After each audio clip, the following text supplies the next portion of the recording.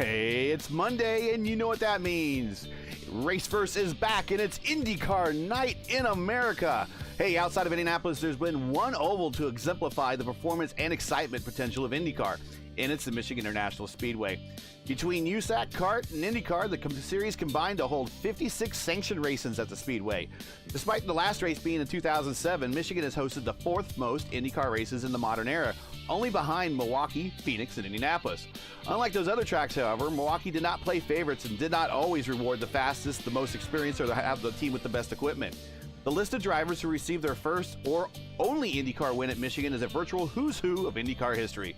While names like Ronnie Bucknam and Bill Vukovich II are less memorable, Tom Sneva, Danny Angias, Pancho Carter, John Paul Jr., Emerson Fittipaldi, Scott Goodyear, Scott Pruitt, Tony Kanaan, Patrick Carpentier, and Thomas Schechner all notched their first IndyCar win here at Michigan. In fact, Goodyear's first win came on the heels of the closest ever Indy finish with Al Jr. in '92, proving that his 33rd to second run of the Brickyard was anything but a fluke. Goodyear would come back again to repeat the feat in '94, making himself and Michael Andretti, two who ironically suffered the greatest hardships at the Brickyard, as the only two-time Michigan 500 winners. What does the future hold for IndyCar's return to Michigan? Well, it's kind of up in the air. The good news is the future for the track looks secure. Doesn't look like it'll suffer unnecessary redesign as its sister track in Fontana, or unnecessary death as its nearby neighbor of Chicagoland. You gotta believe if they keep it built, they'll return. Tonight, thanks to iRacing Simulation Technologies, we'll have none of these worries as we'll set loose a field of 26 IR18 Dallara IndyCars for 60 laps around this 2-mile oval for what could be the best wheel-to-wheel racing we'll see all season long. Stay tuned and don't go anywhere. Hello again, everybody. I am Garrett Gonzo, and welcome back to Raceverse coverage of round one of season one of the iRacing official fixed Indy series, coming to you from the Michigan International Speedway. Joining me again tonight for expert analysis from the booth from the NHR eSports team in the Lionheart IndyCar Series is Stephen Larkamp. Stephen, new season, new track. What can we expect from the top split tonight? In a word, drama and excitement. Well, that's 3 words technically, but it still fits it all that very well here. Michigan has never disappointed, rarely ever disappointed when it comes to close action, side-by-side drama at well over 220 miles an hour, even up to 250 back in the CART days. But here in the IR18, we are expecting things to be pretty close tonight and a little bit on edge when it comes to driving, especially with the setup we've been blessed with tonight. I've had the chance to go out and sample it right now, and as the drivers are saying right now in the chat, this is one of the most awkward setups they have driven for Michigan International Speedway. So with the best of the best in the Indy Fixed Series being put around one of the fastest tracks on the calendar with a setup that it won't really be forgiving to them tonight, is really going to make the result very interesting, I think. So I think we're all in for a treat. About a minute 10 left here in qualifying for Porty on the pole to 221.312 miles per hour. That's what we're showing currently on the screen is miles per hour because, hey, in a big oval super speedway like this, we don't really care about seconds. We care about speed. Once again, Michigan was among the handful of tracks that took part in both sides of the last IndyCar Civil War, giving the Speedway multiple IndyCar track records. The current all-time track record is still held by Paul Tracy in CART, who said it was set actually 21 years ago with a speed of 234.949 miles per hour. The current IRL IndyCar Series lineage record was set by Thomas Schechner in 2003 with a speed of 222.458 miles per hour. As you see, for Porty is just shy of that mark, so these IR18s are just a tick slower than those old, built to run in pack races and go in a circle exclusively IndyCars from 2003. So stand by in the garage area. It's time to go racing. With that, it's time to look at tonight's starting lineup with about 6 seconds left. Let's see if anything changes. I'm about to run down, and it will be the number 15 of Adriano Frapporti, who will take pole in the season opener. Very good effort from him thus far, and about 6/100ths up on second place, TJ Meshew in the number 9. A very good margin for Frapporti tonight. Rodrigo Franzoni in the number 21 will roll off third alongside Pablo Diaz-Francis, one of our old friends from last season, rolling off fourth in the number 4 machine fittingly. The number 8 car of Sean Dunham rounds out the top 5 alongside the defending champion of the series, Christopher Demerit, in the number 1. Alexandre Rigon and Alan Morea will line up 7th and 8th. Nick DeGroot in the number 2 machine will be 9th, and rounding up the top 10 will be Chris Wilhite's number 3. Gintano Papalardo in the number 19 will roll off 11th alongside Vito Sousa's number 23. The 14 of Tony Shawan, a regular in the Lionheart IndyCar Series, will roll off 13th alongside the number 5 of Marco Aurelio Brasil. 15th will be Trace Shadid in the number 7th alongside Thomas Geisler, friend of the show, of course, in the number 12. Oscar Seed will roll off 17th in the number 6 alongside the number 17 machine of Matthew Mercer. Rounding out the top 20, Jeff Highsong in the number 16 alongside the number 10 of AJ Green, the first of 4 drivers who did not post qualifying times. And rounding out the field, Victor Santos is number 13, the 18 of Chris Janke, and shotgun on the field, the number 22 of Joao Ritter. Al Ritter, the Race First IndyCar Season 1 Challenge champion, starting shotgun on the field, so we'll watch him closely as the cars are all starting to get gridded up here on pit road here at not Legacy, Michigan, but the new scan of Michigan that we just got provided to us here a couple years ago. So the car drivers are still getting into their cars at the moment, and we're getting ready to start the formation lap. Christopher Demerit just put in the chat, summed it up best. Feel the rhythm, feel the rhyme, get on up, it's Indy time. We're about to roll up. I think I might need to use that. Who knows who all can remember what movie that came from? Maybe someone in the chat can say what movie that came from. If you can remember that movie that came from, I like that. I like that a lot. Very nice touch there from Christopher Demerit. And one thing I'm definitely expecting, as I mentioned before, the setup here is rather interesting, I'll put it one way. Usually when we race at Michigan, I find that the setups tend to be a bit tight when you're running in a pack and more on the neutral side when you're running in clean air. This set in the clean air is very, very loose. But in the draft, it does start to tighten up a little bit. You are going to have to use your tools, of course, to compensate for that. So this is going to be a style that I don't think a lot of these guys are going to be used to for something we've seen compared to something we've seen at the big tracks for quite a while. You compare it to Auto Club Speedway last season, that setup was definitely a bit more on the tight side. So this one is going to lead to a lot of passing opportunities, but the cars are going to be very much on the edge.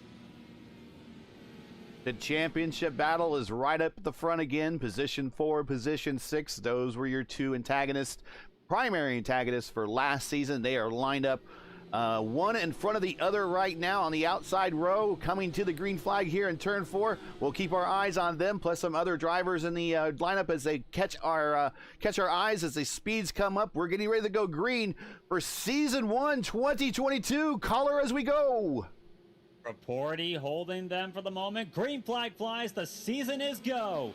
And Fraporti and Meishu going very steady up the line, but Pablo Diaz-Perez is already on the attack. He looks down low on Meishu into second place already.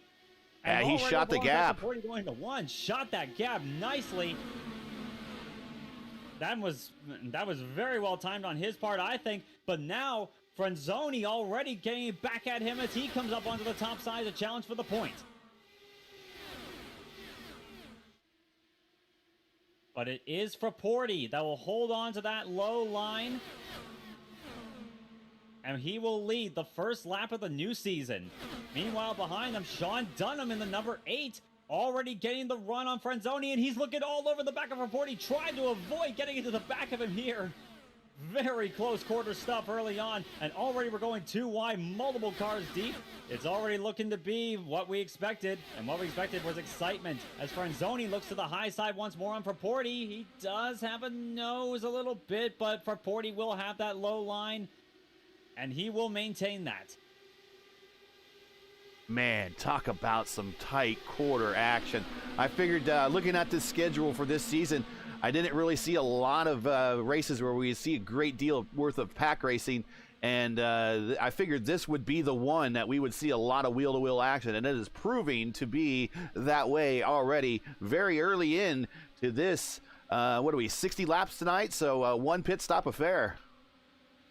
That's definitely true. Michigan does have that reputation of making for really good pack racing. Auto Club Speedway could do it under the right circumstances, but it's more common here on the much higher banked version of Auto Club, I guess you could say, here in the Irish Hills of Michigan. And meanwhile, 2 wide behind them, Franzoni and Dunham going wheel to wheel, and Pablo Diaz-Francis looking to the top line. Not quite there yet, but I think he's just going to try and play it safe up on that high groove right now.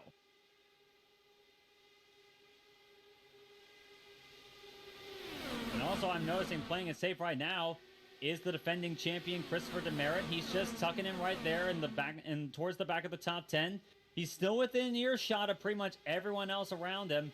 So, if you're worried about him, I wouldn't be at this point. Just making sure that we're coming through loud and clear. If you're having problems hearing us on the broadcast, let us know in chat. If you have a friend or a favorite that you'd like us to zoom in on, let us know in chat. We'll make sure that they get. Ooh, there's some quick moves there on the backstretch by P2. But during the off season, which is only a week here, did some upgrades to the computer and everything. Want to make sure that the audio levels are good. And so if we're not hearing everything properly, just let us know. We'll get it taken a look at. But we are now 6 laps into this. About when does the fuel window open, you think? Would usually open around lap 20, maybe a bit earlier if you guys are stretching it out on the fuel mileage and trying to make an early stop. 15 maybe as the earliest you could possibly go, but ultimately 40 laps is around the expected one if you're not factoring anything in. So one stop is very definitely what these guys are going to be looking for here. But meanwhile, behind them, we are starting to get a little bit single file for the top 5. But behind all this, Demerit, Nick DeGroot, Chris Wilhite, and looks like we're going 3 wide here with Dunham on the low line. Yeah, Demerit is sticking up high there. High groove is where you're going to get a good run off of 2, but once that car pulls up in front of you, you got no place to go, and that run off of 2 really becomes much more of a situation where you got to lift to kind of prevent from hitting the car behind you. There goes Demerit to the high side, almost kissing the wall, going about 3 wide just for a millisecond there, but he is continuing to ride the high line. Look at it, he is up there in Larson country. All the way up there. He's trying to see if he can get a gap on Alan Morea, at least try not to run into the back of that number 20 machine. But this is certainly looking to be classical Michigan right now when it comes to the iRacing IndyCar Fixed Series. A very close competition right now, and very easy to make moves work. It's almost as if we're kind of running a slower version of the Champ Cars with a Hanford device back in the 90s here. Oh, those were some great races. I forget how many lead changes those guys had, but it was a ungodly number. Almost every single lap, and that's when they still ran the 500 miles here. Getting a bit of a block down low. Yeah, that was a bit questionable, but it was only one move, so I don't think it was reaction, but it's questionable. We'll see, but we're early. Everyone's getting feisty. But hey, this entire field is all sitting together, looking at P23, Jeff Hysong, and actually I'll bring the camera back to him. I mean, he's kind of just riding back there, kind of cruising, maybe even doing some fuel saving, and he's really not out of the draft. I mean, if he wanted to, he could turn it right back up, catch the draft, to get right back up into this group. But at this point, with all the dodging and ditching that everyone's doing up there, why kind of bother right now? Just kind of ride it out and see what happens. Yep, and it says how close this is when I say all 23 cars that started this race are within about 2.5 seconds of each other. That is certainly saying a lot about how close quarters this is. No one is out of this yet. I'm not counting anyone out of this yet. Even last place right now, Jeff Hysong, he could still even score a top 5 out of this, maybe even a win. Well, like I know the caliber of driver of Jeff. He's over in the Lionheart Series, and he and I raced a better part of 300 miles together at California in the Speedway Series, and I know that he is a great driver, and he could probably make his way up from the back to the front. He's very patient too, so that's probably why he's kind of riding it out in the back, possibly waiting for the big one. We'll see. Here goes PDF P2 in last year's championship to the bottom and to the lead. Pablo Diaz-Francis, one of the main protagonists we've seen throughout the entirety of last season, alongside Christopher Demerit. He will lead laps starting on lap number 12 here. But these top guys are starting to get themselves into some sort of order right now, and everyone's just seems to be taking it easy on their equipment, hopefully, and hopefully no one's getting too antsy for their own sake. And a lot of guys I'm seeing in the mid-pack there migrating to the top line. Oh, car in the wall, car in the wall. That's Rodrigo Franzoni in the 21. Someone else was sent scrambling down to the apron as well, trying to pick out who that was. Caution is out. We got the 72 car also involved there. 3 more cars involved. Oscar Sid. Got 3. It looks like we got 4 cars here. TJ Mashaw, that was up at the front. He's already punched out. He's back to pit road. Oscar Sid, look like he's already back to pit road. Rodrigo Franzoni, he's limping his car back around to pit road. He might not be. He's going to try to get the credit for the lap and probably try to pit with the rest of the field. Jow Ritter, also in that purple Baker's King, Bread King, livery. He is suffering a little bit, but he looks like he is going to make it away around and join the end of the pack. But I'm not sure kind of what happened there. That was very bizarre. We did see Franzoni shoot up into the wall coming off of turn number 2 and trying to pick out what transpired afterwards here. If we can't get a better view of... So it looks like the initial incident, there was some contact there with the 20 of Alan Morea between them and Franzoni. Franzoni just running up in the wall, and actually it was a separate incident. It was a separate incident with Oscar Seed, and Joao Ritter. Oh, okay, so Franzoni just got the mega wicked arrow push and goes right up into the wall. And then what we had probably going on elsewhere on the track was a bunch of checking up. Looks like where Seed and Victor Santos, Seed and maybe Mishaw got in contact, or one of the guys in the back, Ritter, I think, is when it got really narrow on the entrance to corner 3, where it went 4 wide at one point with Rodrigo Franzoni up against the wall. So looks like this was kind of started by the arrow push. Very much so. It is still a factor, of course, and another entirely separate incident occurred in that same caution between the 8 and the 9. TJ Mayshu was put in the wall there by the number 8 of Sean Dunham. I'm not sure what happened with Dunham, if he didn't hear his spotter, but just seemed to come right up into the number 9. It looks like Marco Brazil decided that he's going to forego pitting and is going to assume the lead here at lap 15, coming to 16 of 60. So looks like a good chunk of the field did come in under this caution, except for Porty and Brazil as well. Interesting strategy. What do you think got going on there? Just maybe hoping for another caution?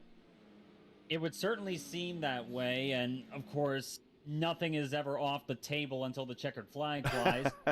But this does seem like one of those things where they are banking on a yellow, but even then, that could well be a double-edged sword, especially if the tire wear is sufficient for the leaders that they decide to stay out to maintain that track position. So there are a lot of games that these guys can play here, and a lot of them could well work out. What was the tire wear when you were doing some testing here? I actually didn't get the chance to test and check because I had some technical issues, and I didn't really get the chance to have a look-see. But you did say it's a bit of a different setup that was a bit loose, so if it's going to be a looser setup, I would imagine that probably is going to put a lot of wear on that right rear. Yeah, the right rear especially is going to take a pounding, especially with how much is being put on it, and that's what's going to force the car into a loose state, especially when you're not in the draft. It's actually interesting to think that the tire wear may well be even whether or not you are in the draft or not, because a lot of times you see the leaders have better tire wear than the people trapped in the pack there because they're scrambling for whatever position they can, and they're leaning hard on those right sides. Oh, Brazil up 13 spots. Alan Moreira in P2 up 6 spots. And we're coming to green right now. We're currently looking at Chris Wilhite here on the cam. He is also up 6 spots. Tony Schoen up in P6 is up 7 spots, and Victor Santos in P9, currently showing P9, up 12 spots. So got some guys that have come from the back to the front to improve their position still early. As we are about a quarter of the way through this thing, we are getting ready to go green. Back to green once more, and Marco Aurelio Brasil do Brasil is leading the way. Good jump right now over Alan Morea in second for Porty. It's also not quite as good a start as he would have wanted, but again, we're not gonna. I wouldn't be too comfortable with that lead for long if I were Marco, because with the draft the way it is, they're gonna catch up right quick. Yeah, they will just eat that up and get a big head of steam and maybe blow right by. Look at him come through 3 and 4, 4 different distinct lines. And they all can work, it seems. It's really showing that Michigan is one of the tracks you love to go if you love close action and finding which way works the best for you. And there's a lot of options that can work. Michigan is one of those tracks that can really, that it really does, makes you sort of, if you're a situational driver, if you like to run by the seat of your pants, I guess, Michigan is one of those tracks. You see Mauricio Brazil and Moreira up front, crossover by Brazil on the exit of 4, gets back underneath on the low side, takes back the lead. Chris Wilhite got his nose underneath for Porty. He has snuck it into 3rd place now, sliding up. Oh, getting close there on the corner of 2, exit of 2, excuse me, and gets the position, but bit of a slide job applied there for Chris Wilhite on the exit of turn 2 here on lap 19 as he takes over P3, and we're getting ready to tick off yet another lap. Laps are extremely fast around here, as you saw. 220 range. Actually, in about race configuration, they're going to be about 215 or so. When they get the draft, they'll be faster than that. We'll bring up the latest in terms of the fastest laps of the race here real quick. You'll get to see on the ticker. And Chris Wilhite just took over P2 in convincing fashion from Alan Morea, and now he is running all over the gearbox of that number 5 machine, trying to take over the point here. Look at that. It's like a group of angry bees. Very apt analogy, and they're looking for something to sting, and they'd probably be each other if they're not careful. There you see the best speeds turned so far in the event. As you see further on back, they're getting the aids of the draft. 222. We see some 223s further on back. That's your fastest lap of the race thus far. Looks like a 223.8 by Dunham. He is currently sitting back in P18, so he's got a massive hole punched in front of him that he's taking full advantage of. But up in the front, you see Brazil, only 220, and that's because really has no one punching a hole in the air for him. Yep, you got no draft help at all up front. So, but the guy behind you, in this case Chris Wilhite, he's loving it right now, especially since with him coming in on that last caution, this will be a good chance for him to save some fuel. Absolutely. If he's not anxious to get up to the front yet, this is a good chance for him to just tuck in the slipstream of that number 5 machine and to just run maybe a different engine map setting and just get some good fuel mileage to make it to the end of this race. But of course, you gotta be careful right now because you still got Adriano Paporti, who is caught right back up and is looking all over for that spot once more. But meanwhile, he's got pressure in the form of Tony Schoen in the number 14, who makes a great move down low in turn 3. Looking out the rear gearbox here of Chris Wilhite, looking at Schoen as well as Paporti. Just as you were talking about, Chris Wilhite, actually he's now just taken the lead just a little bit now, but he was doing exactly what you're saying. He was just kind of riding out because he knows that Brazil gets right up real close to that gearbox again. There you see him going to the inside as they're going into turns 3 and 4.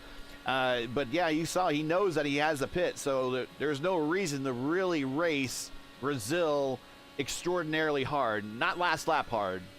Definitely not at this point, and it was making me wondering if Wilhite got a bit anxious there when he saw Schoen making those bold moves. Miss Schechter, big move going into turn 1. Sorry. That is Gintano Papalardo, by the way, in the number 19 machine, that bright yellow submarine livery. That is, and this has been a good showing for him thus far. Started 11th, currently 5th. A lot of the guys right now in the top 5, actually, and 4 out of the 5, they actually started outside just outside the top 10 of this race, with the closest one being Will Hyde, who actually started 10th. Papalardo from the Sun Coast there, from California. He is in the livery there of Simon Pagenaud, Team Penske, a former livery there. Of course, Pagenaud's moving on to a new team next year in IndyCar racing. But that is basically what he won the Indy 500 in. That right there, that Menards-looking livery IR18. He's been very good tonight. He's actually moved up to P3 ahead of Tony Schowen. This is a really good drive so far from Papalardo, who I remember watching on the Monday night broadcast in the finale at Texas. He actually was wrecked on the opening lap, but now he is coming back in style. He is just taking over the lead of this race. We watched him do it, back from P4 to 3 to 2 and 1. He is now your leader. Going to the inside, though, is Brazil. Brazil is not giving it up. As we approach the halfway mark, Marco Brazil is showing that he really wants as much track position as he possibly can, but we got to remember, Brazil is banking on a yellow popping up within the next 15 laps or so that he can come in under caution, and hoping that a lot of the guys behind him pit as well, that they've worn their tires out the way they have and the way that he expects them to. Right behind him are some mega hitters. Will Hyde, Schoen, Demerit, right there all in a row. At one point, almost 3 wide with each other. Looks like Demerit is going to live up on that high line. He has not really budged very much from it as soon as this race started. Behind him is Fraporti, and then PDF, currently in P7. Victor Santos is in P8. Chris Jenke, who's, I believe he started well in the rear, P9. And Thomas Geisler, who had a nice finish to last season's fixed series, is currently in P10. Right behind him, Nick de Groot, who I'm sure had a big reporting day of Auto Sports News on Sunday. He is currently in P11, moving his way up. I'm sure. Yeah. But a great showing from all these guys so far tonight. As we approach the halfway point, it is Gintano Papalardo who led that last lap. But Schoen now, it's Tony Schoen's number 14 down on the low line, trying to take the lead, and he does so. And I'm looking at all this right now. If I'm Christopher Demerit right now, I actually like the position I'm in. I'm close to the front, but I'm not really anxious to be going anywhere, especially with these guys fighting as hard as they are. But if I'm going to be given spots like, oh, actually, we got someone coming on the pit road, that is Marco Brazil. Yeah, this is a scheduled stop. We knew he was going to have to come. Now, the Indy Alliance driver, he's going to have to go all the way down pit road, 55 miles per hour, painfully slow after coming off the surface doing 220 plus. Going to hit his marks as he slides in. Going to lose a little time there by sliding in.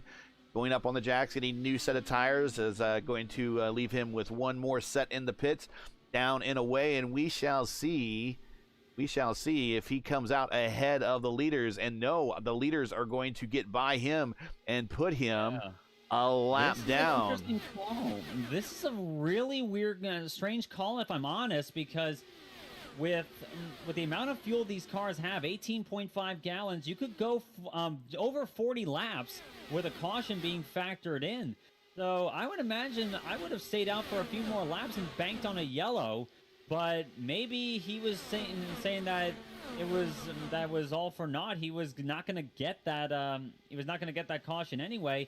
But either way, it has cost him a lap, and I would imagine it cost him one of his best shots of a potential win tonight. Yeah, we'll see. Maybe he had a plan and he's just going to strictly stick to it. But Schoen is your leader. He's running that midline through turns 1 and 2, midline down the backstretch. Papalardo is right in his tire tracks, kind of holding off, charging Chris Wilhite a little bit. Schoen down low, a lane off the bottom through 3 and 4. Papalardo way up top in the, I guess we would call it the 4th or maybe 5th lane here at the Michigan International Raceway. Back down to the main first lane. Oh, getting a little loose over those bumps that are at the bottom there of right there at the very bottom in the first lane coming into one. There's some bumps there that can get a car loose. Probably shoot him down into the the apron a little bit. We saw that in the Revolution IndyCar Series that happened. That car happened. That exact same situation there. Managed to recover. Probably new tires helped out quite a bit, but people got to be aware that that bottom groove is going to get bumpy, and as these tires wear, it's going to get them a little more loose, and more loose. Yeah, it's something you always got to be careful of here in Michigan. The winters here in Michigan are, of course, pretty brutal, so it does put some grooves in the track, and it puts a lot of bumps here as well, especially down on that low line. That low line can really catch some cars out. It's enough to send people sideways at times, so you really got to be careful when using that low line, even on the straight. Oh, we got a car spinning! 2 spinning! 3 spinning! 4 spinning! Francis is one of them. We got Pablo Diaz-Francis. We got Chris Janke. We got Haisong, I believe. Was also, no, Haisong made it through. So we were one of them. Yep, and he is not happy. We saw. I think we might have had some. I don't want to say net code, but let's go back and take a look at it here.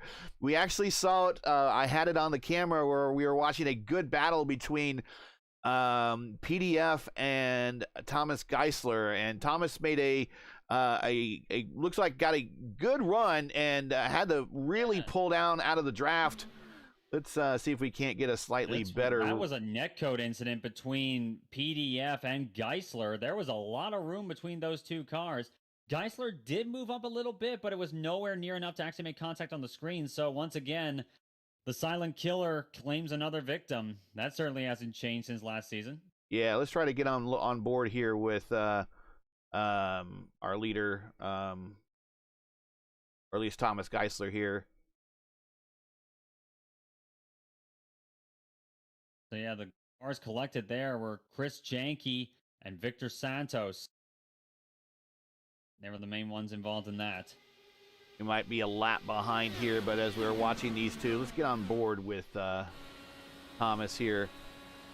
Thomas inside of the lead, currently P6, now back to P7, and currently as we're catching up here a little bit. Let's see what happened here. A lot of cars have come in under this caution, but one who hasn't is Christopher Demerit, interestingly. Here he is. He's going to make a strong move there. And I don't think he touched Geisler at all. It all happened. I don't think so either. It did not look like it. It was pretty obvious on the screen. You could probably park a small car between them, it looks like. So terrible luck there. Yeah. For PDF particularly. Yeah, and Janke too, who just came up from almost dead shotgun on the field to get up there with the leaders, and to kind of get that as his prize for the day is not very fair, but a little bit more. Victim of circumstance. Yeah, victim of circumstance, innocent victim there. A little bit more attrition happening here. Not as bad as the 80s kart races here. Well, sometimes less than 10 cars. It would be regular for less than 10 cars to often finish a race here. Nowadays, with the new engine technology, I believe a much more fuller field would actually fulfill the 400 or 500 miles here with much more ease than the kart races back in the 80s. But a little bit more attrition here. We got coming to 38 to go, or 38, lap 38 here. So we're just past halfway a little bit. And interesting enough, Brazil is not getting his lap back. No, he is not, because Demerit stayed out. And I'm sure he is probably seething in his helmet right now that Demerit has the temerity to stay out, the audacity to do so, but it is going to cost him dearly, it looks like. But the interesting thing here, given that it's not quite 20 laps to go yet, he'll probably be restarting with the pack here. And I don't want to touch any nerves of F1 fans here, but we know what that could possibly do. Well, yeah, lights are out on the pace car here, down the backstretch, coming to green. If this is your first time watching an IndyCar race, if you're not real familiar with the restart procedures here at iRacing with IndyCar Racing, reason they are up against the wall is we're kind of in a NASCAR world, and we're living in it here because we're subject to NASCAR restart rules with the sim. But one of the things it does not allow is passing on the right side before the start-finish line. So you'll see these guys hug that wall, and then when it goes green, everybody spreads out.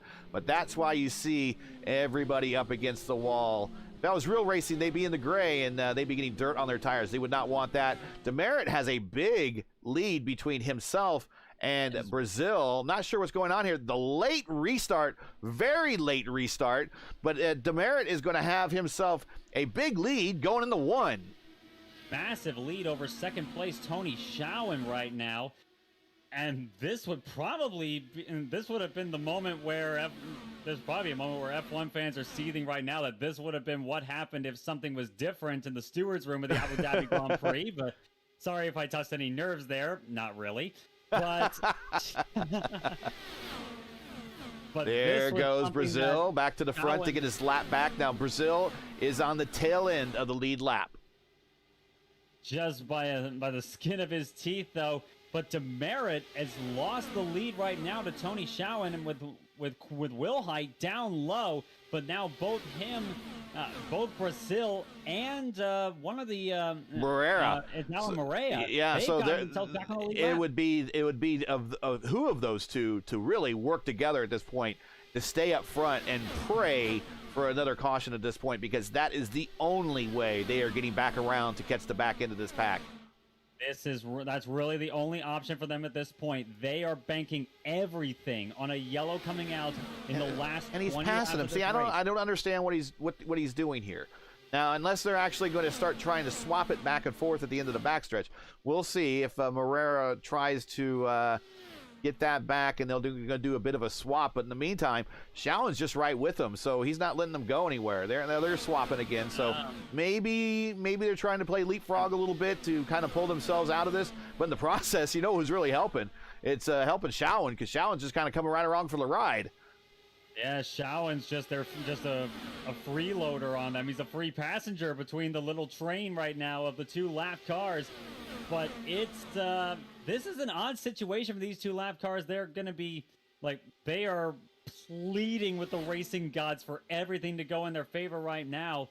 But they're also worried about, especially since they're worried about Schowen being a little bit aggressive, trying to break away from Demerit and Wilhite behind him. He really has no reason to play fair with them at this point unless it's in the goodness of his heart.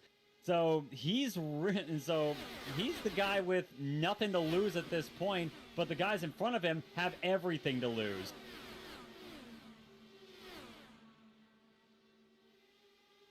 Down the backstretch. There you go.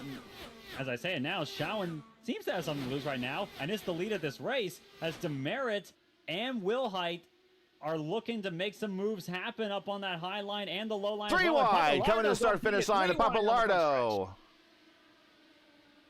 Yeah, he backed out of that one. I think he thought a little bit better of that one. Not a bad, and he probably thought about when he got loose a little bit going in the one, hitting those bumps down low. He's probably like, yeah, you know what? Not a bad effort. Ooh, Wilhite almost gets some wheel contact. Oh, here we go, 3 wide again down the backstretch. Papalardo thinks better of it. On the outside, though, here comes Ragon. We're on the blimp cam now, getting a really good view of this. Wilhite almost got into the left rear of Schowen. He had to really roll out of it. Looks like he had some big-time aero push. Managed to save it. Great job on his part as we are now lap 45 of 60, 15 to go.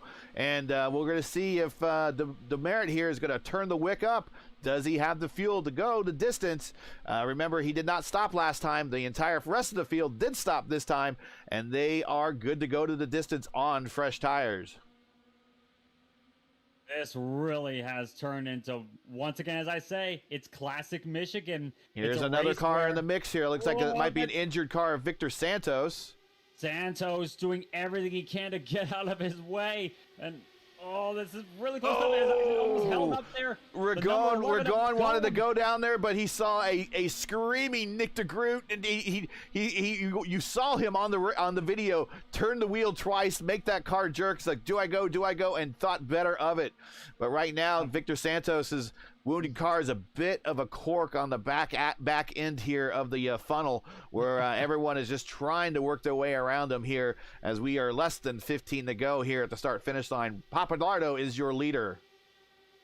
Papalardo to the point in the number 19 machine, the man who started 11th on the evening, and he is now at the point once more, but now he's got Chris Wilhite all over his gearbox. And once again, as I say, as Papalardo is looking to pass the lap cars here, he really has no incentive to help these two lappers right now. Nope. And he's actually gotten by Alan Morea, so he's got a bit of a buffer between him and Wilhite. And maybe even more of a buffer now as they're going 3 wide with the leader in the middle with 2 lap cars there. That's always a scary situation if you're the race leader. And the top line there, Brazil backs out of it. But I'm sure that Brazil is seething right now. Yeah, he does not want to be in that position. Papalardo put him in. Papalardo again. Brazil down low, just dives it in. Right down to the bottom and back to the front.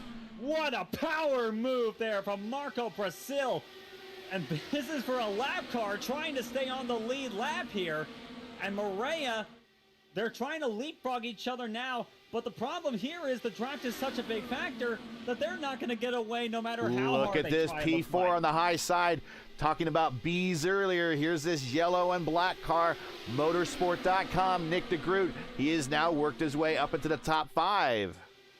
And the resident racing journalist will have a story for tonight's race, I would imagine. As Shawan now, he's not playing any favors for these 2 lap cars now as he takes over the lead from Papalardo. And Wilhite now trying to use that top line and the drive of the 2 lap cars to slingshot his way around them. Rewind and the exit. Wilhite has to kind of check up and do a little bit different because he really had no place to go. Right behind him, same thing with DeGroot. DeGroot probably had to check up a little bit there because he had no place to go. Now, if you're watching this, you're probably thinking, man, those lap cars need to get the heck out of the way. They are on the tail end of the lead lap, and they have every right to stay on the lead lap. So they are racing not only for position, but they're also racing it because each one of those are fighting for position up front. That's for Moreira and Brazil. But they're also fighting to stay on the lead lap. So they have every right to do that. They do not need to move over. Down low to the lead once more. Slingshots around 2 cars there. But you are right. This is not like Formula One. These cars, these lap cars do not. Here comes Nick DeGroot to the lead.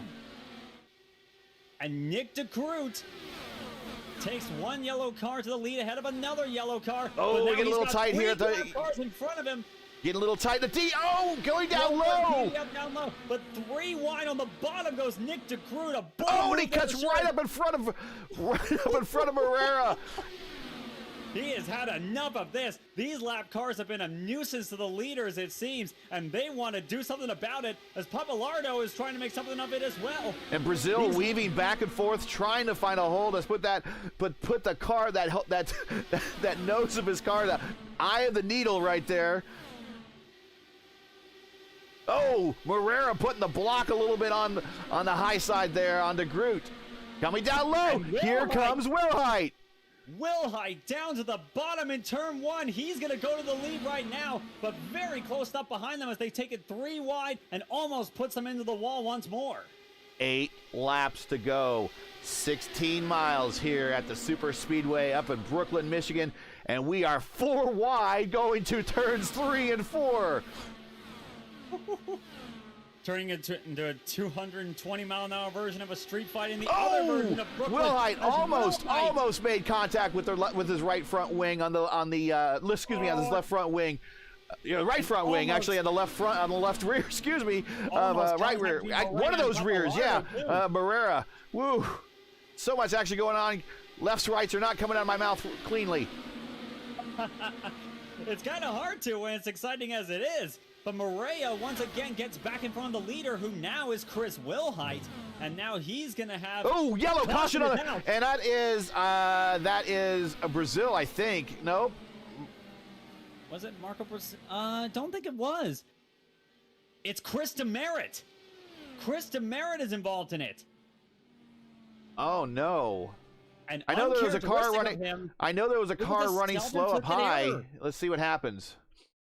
Looks like uncharacteristically, something happened there. This actually all started around a lap earlier. Oh, Oh, he made contact with Brazil and he got put in the wall in turn one. Tried to limp it around. They weren't under yellow yet, but the car understeers up in turn three and collects Adriano Fraporti. So the pole sitter is out of this race as well. the championship, defending champion is out of this race. He's on the inside there on the backstretch, trying to get back up to at least safe speed. Brings it down, scoots back up to and he actually he collected two other cars very innocently, and I'm sure he feels bad about that. But a little bit more attrition here in the late goings here at Michigan.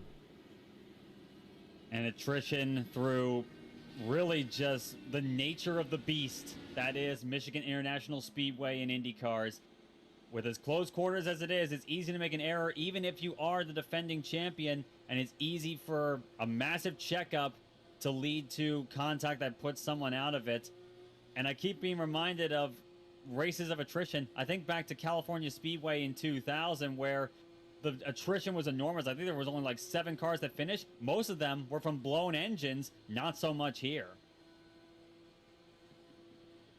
Yeah, and this facility has come a long way when it was originally built. I mean, those walls, those safer barriers that you see there on the backstretch, as the pace car and the field is collected behind, and we're riding along with P4 Sean Dunham right now in the in-car camera. But for the longest time, the walls around here were either concrete or Armco. And the number of injuries that occurred with the open wheel cars where drivers would get limbs and appendages caught in the Armco is truly frightening. I believe one of the Bettenhausen brothers pretty much severed a better part of his arm back when the track first opened, when it was just all Armco around here. That I can't think of any worse injuries, really. That's just awful. But a number of drivers in the kart circuit had some career-ending injuries here. Most notably, one is was Chip Ganassi. That's when he decided he wanted to be a car owner. He's like, forget this, I'm not going to race here anymore. He had a very bad wreck here, and at that point decided that he was going to go through the Pat Patrick Road to Ownership internship there, and bought all of Pat Patrick's assets after a while, and became Chip Ganassi Racing. And the wreck at Michigan here had a lot to do with that. Tim Richmond. I think you don't see Days of Thunder if Tim Richmond doesn't have a massive wreck here in an IndyCar. Of course, Tim Richmond was supposedly the model character of Tom Cruise there in Days of Thunder. Everyone forgets Tim Richmond started in IndyCar first, was really good as a matter of fact. But he got in a bad wreck here, and of all people, his mother says, "That's it, you're not doing IndyCar anymore." And he actually listened to what Mama had to say. Yeah, listened to his mother, but still kept on racing, which he did all right.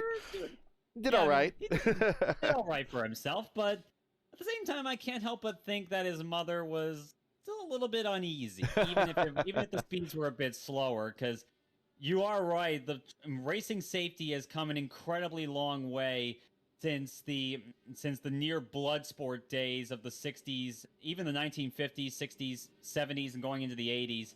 This was, and it's showing that the fact that people can walk away from incidents at over 220 miles an hour here in these Indy cars like it's a regular, and make it be a regular occurrence, that is a testament to how far it has come. Of course, here in the sim, safety isn't really the biggest concern for the drivers per se because, well, we're playing over the internet. It's kind of hard to injure yourself when you're sitting at your computer. Well, so, I guess you can. I guess if you have a really strong direct drive, you might be able to sprain your wrist. Well, here we come to green. Will Height is your leader. DeGroot P2, Papalardo P4, Dunham P4, excuse me, Ragone P5, Mercer, Shadid, Shawan, Haisong, and Sosa make up your top 10.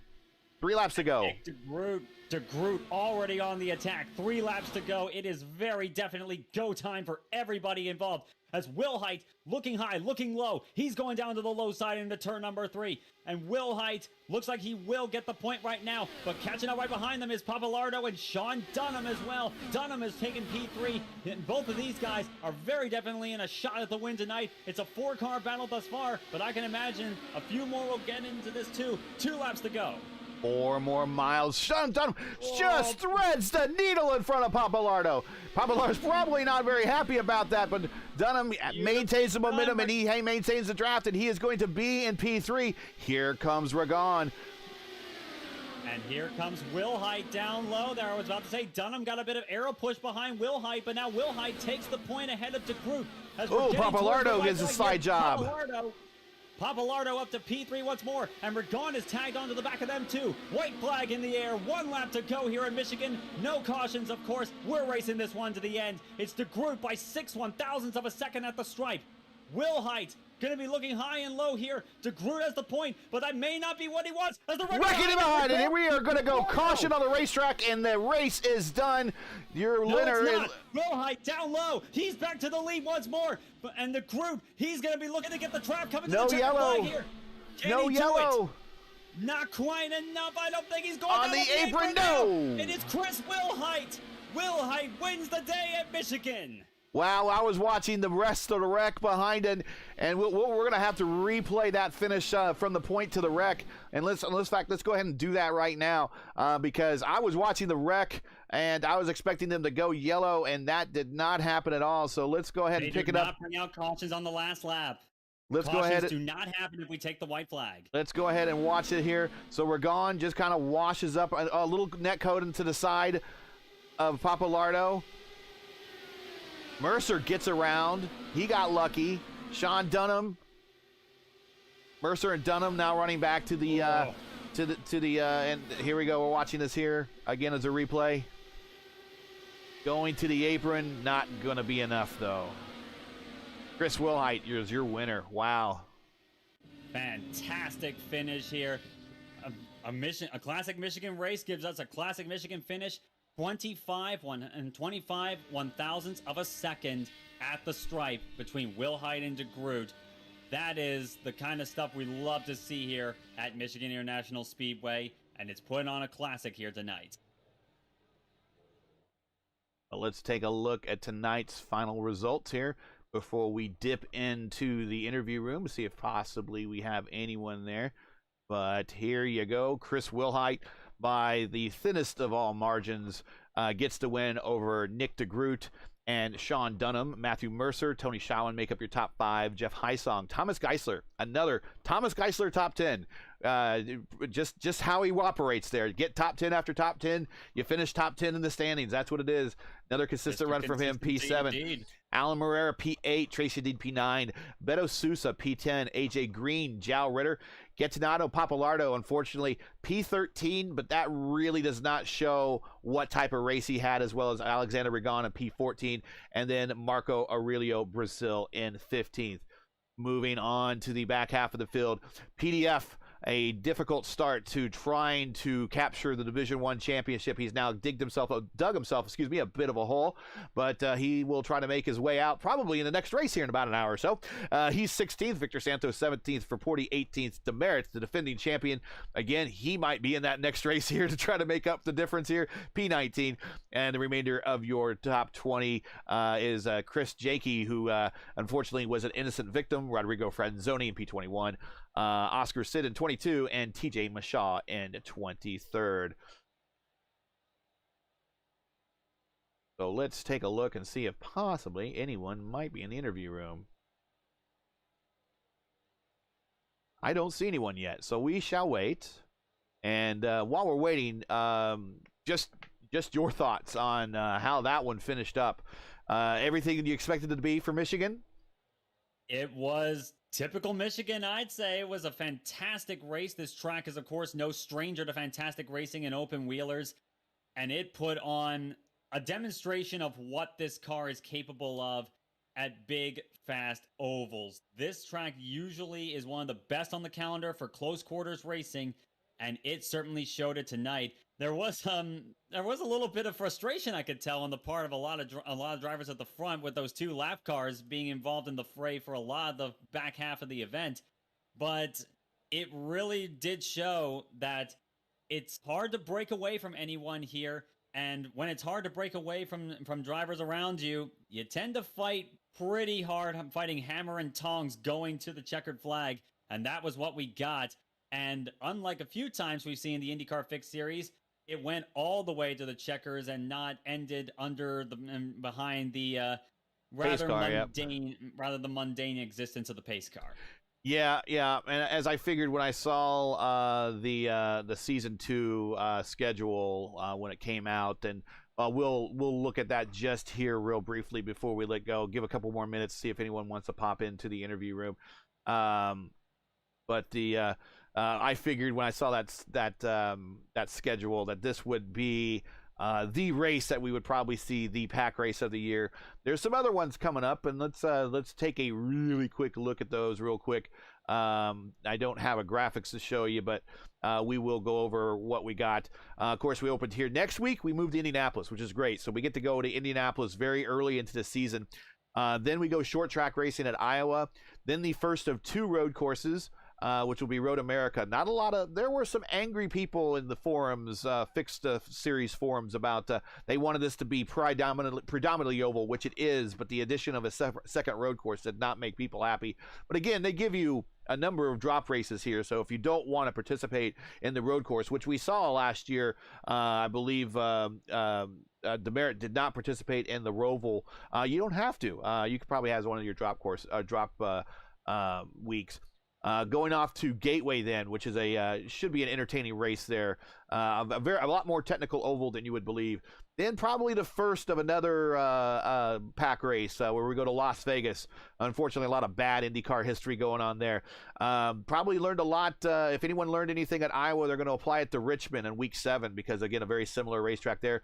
Might be another pack race at Atlanta in week 8. Might be another pack race at week 9 at Legacy, Kentucky. Probably will be a pack race at week 10 at Kentucky. Then we move to Legacy Pocono, and we'll wrap the season up on a road course of all places, on the boot. Everyone gets the boot for the last week of the season at Watkins Glen. So that is the fixed series schedule for season 1 2022 for iRacing. I don't think we're going to have anyone join us. I don't see anyone popping into the interview room. So any other thoughts from you before we wrap it up? Well, I'd say this has been about as good as I would expect for the opening of a new season. It was maybe a bit chaotic in some regards, especially since a few of the usual suspects ended up getting taken out early on, like in a good, relatively early on in the going, and not really had much of a chance to fight for the victory at the end. But it definitely shows that it's a good way, and it's a very fun way to start the season. A bit chaotic, but in some ways I don't expect it to be an example of the kind of results we're going to see throughout the season. but at the same time, it's definitely going to show that with a beginning like this, I can imagine that this season is going to be yet another entertaining one. Yeah, it wouldn't be Michigan without a little bit of chaos, that's for sure. So we'll check and see what the forums are like afterwards, and the unofficial IndyCar Discord. I'm sure the fixed channel there will be lively about this one as well. So that's it for tonight. Once again, your podium from Michigan. It's Chris Wilhite, Nick DeGroot, and Sean Dunham make up your top 3. Join Raceverse again next Tuesday as we'll be coming to you once again from the racing capital of the world, the Indianapolis Motor Speedway, for round 2 of season 1 2022 Monday Night Indy Split. That's next Monday night, 7:15 Eastern Time on YouTube at youtube.com/raceverse. Hey, everybody, we love bringing these races to you, but they're not easy and they require time and money to produce. We have brought you coverage of this season and last season for free. So out of our love of iRacing and a passion for the sport of IndyCar, if you are just as passionate as we are and like to see Raceverse coverage continue past this season and beyond, please take time to visit our GoFundMe page. You see it at the bottom of the screen, as well as you'll find in the description. Donate to our Season 1 2022 Monday Night Indy Split Broadcast Fund. Please donate and let us know that you'd like to see our coverage continue well beyond this race. We realize times are tough, so any contributions will be greatly appreciated. We thank you for watching and making us part of your Monday evenings. Now, as you know, the YouTube algorithm game is not an easy one, so please do leave a comment below and let everyone know what you thought of tonight's race. If you enjoyed tonight's race coverage, support us by smashing like on the video, and if you're new, click subscribe. While you're at it, hit the bell for weekly reminders so you don't miss out on more of Race vs. iRacing programming, including our exclusive coverage of the Revolution IndyCar League Schaefer Cup IndyCar Series on Wednesdays, and starting January 11th, It's the return of the one of the most prestigious IndyCar leagues in all of iRacing. It's the Midwest Kidney Warriors Formula Indy Series. Join our coverage of FIS as it kicks off its third season at Suzuka Circuit in Japan, right here on Race First. For business inquiries and learn more about Race First and what we do, visit racefirst.com or follow us on Twitter. You can follow me, Gary Gozzo, on Twitter at Gary Gozzo. So for Stephen Larkamp, everyone here at Race First, I'm Gary Gozzo saying to everybody, happy holidays, and to all of our men and women serving, Godspeed, God bless, and come home safe. And that includes our first responders. Thanks again, everybody. Catch us next week for the next race of the Monday Night Indy Split. Good night.